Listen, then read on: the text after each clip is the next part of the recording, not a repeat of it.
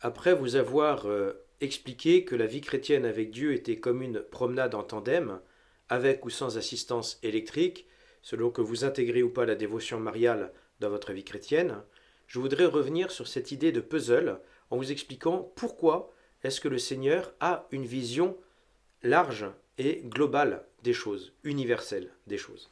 Parmi les petites phrases comiques que l'on peut trouver sur Internet et qui parfois sont imprimées sur des t-shirts, il y en a une qui a particulièrement attiré mon attention, c'est Je suis unique comme tout le monde. Paradoxe de l'unicité de ma personne, tout en partageant cette nature humaine commune à tous. Cette réalité trouve aussi son écho dans la vie religieuse. Je suis appelé à la sainteté, comme tout le monde, car Dieu veut le salut de tous les hommes, et pour autant, je dois réaliser cette sainteté de façon individuelle, personnelle, unique, irrépétable. Alors pourquoi cette multiplicité? Pourquoi cette complexité? Pourquoi cette universalité? En fait, être saint, c'est avoir vécu la communion personnelle avec Dieu, 100% avec Dieu, mais selon le mode personnel. On dit que ce qui est reçu selon le mode du récipient.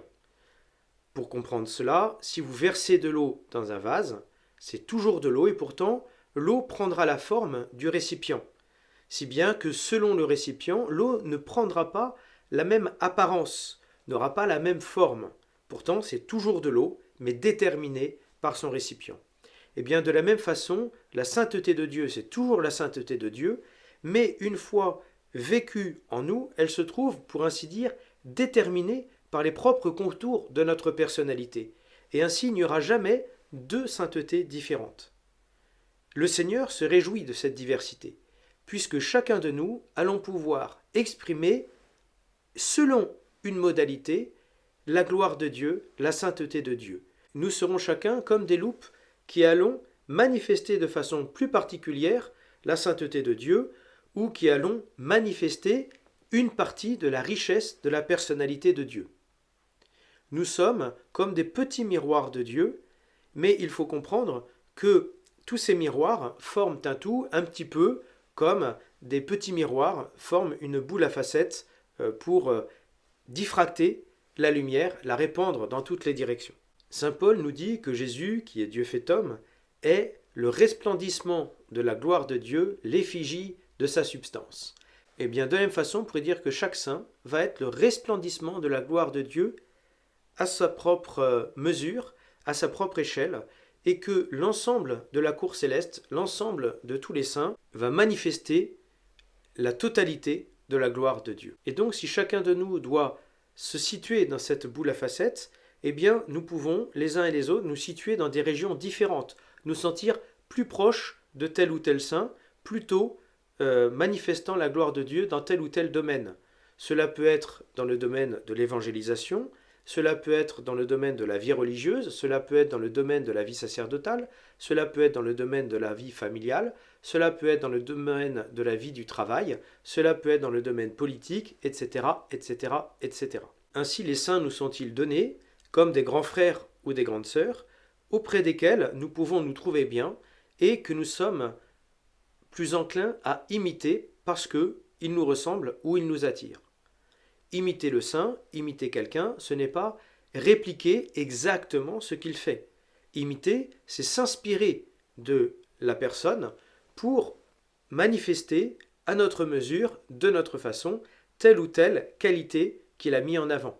Ainsi, le soin des pauvres peut être quelque chose qui nous habite, qui nous attire, qui est fait pour nous, et pourtant nous n'allons pas prendre soin des pauvres de la même façon qu'un saint Antoine de Padoue ou un saint Vincent de Paul. Nous le ferons à notre mesure. De la même façon, les prêtres sont invités à imiter le saint curé d'Ars, saint Jean-Marie Vianney, et pour autant, aucun d'entre nous ne va prendre le même régime alimentaire ou dormir aussi peu que lui et avoir le même emploi du temps.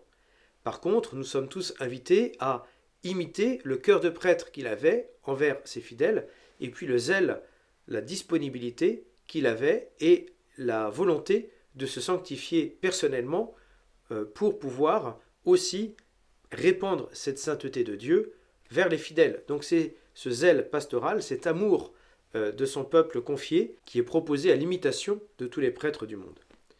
Ainsi, tous les chrétiens peuvent-ils imiter la Vierge Marie sans pour autant penser qu'ils feront exactement comme elle, imiter les grands saints sans penser qu'ils feront exactement comme eux. Néanmoins, ce sont des modèles à imiter, ce sont aussi des intercesseurs dans le ciel, des avocats, des personnes qui peuvent parler pour nous, transmettre le message et qui, étant déjà pleinement auprès de Dieu, peuvent beaucoup mieux se faire entendre que nous qui ne sommes après tout que de pauvres pécheurs en pèlerinage sur la terre. En conclusion, nous sommes tous des saints, mais des saints en devenir. Nous sommes tous des saints en développement et en croissance, en pèlerinage sur cette terre, en marche vers Dieu. Gardons en nous et développons en nous ce désir de sainteté, ce désir d'appartenir totalement à Dieu, sans nous dire que c'est hors de portée. Si des gens avant nous l'ont fait et sont parvenus à la sainteté, eh bien, nous aussi, nous le pouvons.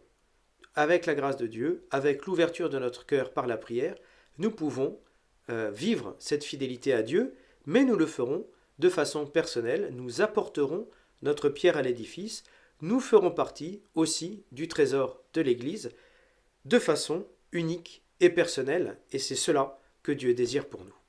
Amen.